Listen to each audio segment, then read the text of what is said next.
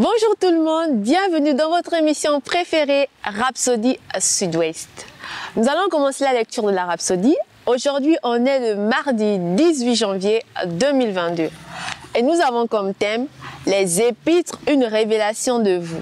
On peut dire la parole de Dieu dans 2 Corinthiens 3 verset 2. Vous êtes notre épître écrite dans nos cœurs, connue et lue de tous les hommes. Une fois, je discutais des Écritures avec un leader chrétien il y a de nombreuses années.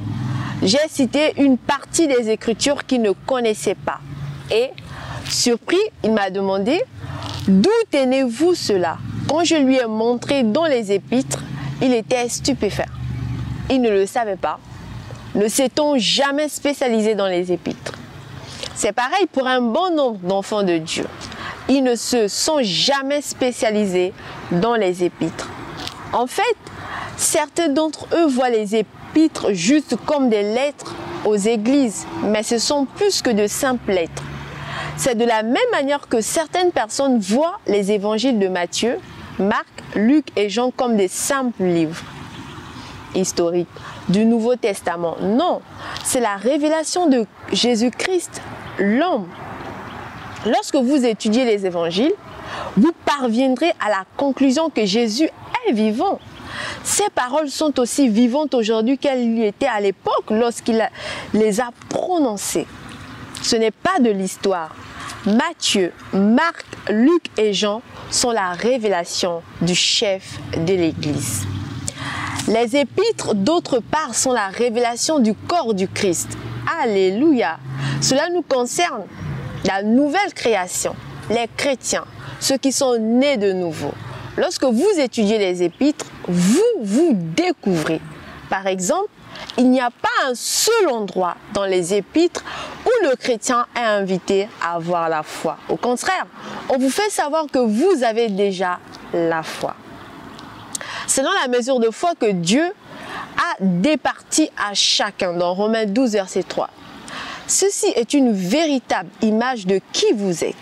Vous êtes un homme ou une femme de foi. Les épîtres sont l'album de la nouvelle création. Prêtez leur attention, étudiez et méditez sur les vérités qui s'y trouvent et vivez en conséquence. Alléluia. Nous allons prendre la prière de confession, vous allez juste répéter après moi. Je suis l'épître de Christ, le rayonnement de sa gloire, la manifestation de sa bonté et de sa justice.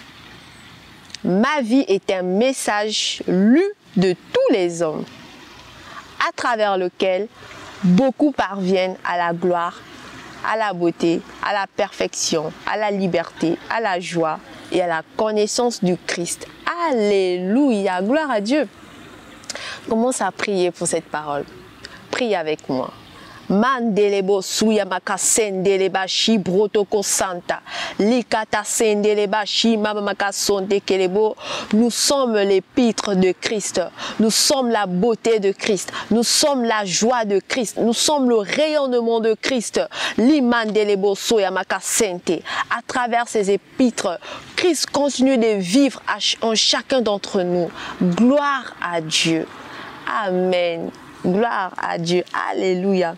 Vous pouvez faire l'étude approfondie en lisant 2 Corinthiens 3 verset 18 ou 2 Corinthiens 3 verset 2 à 3. Passez une excellente journée. Que Dieu vous bénisse. Au revoir.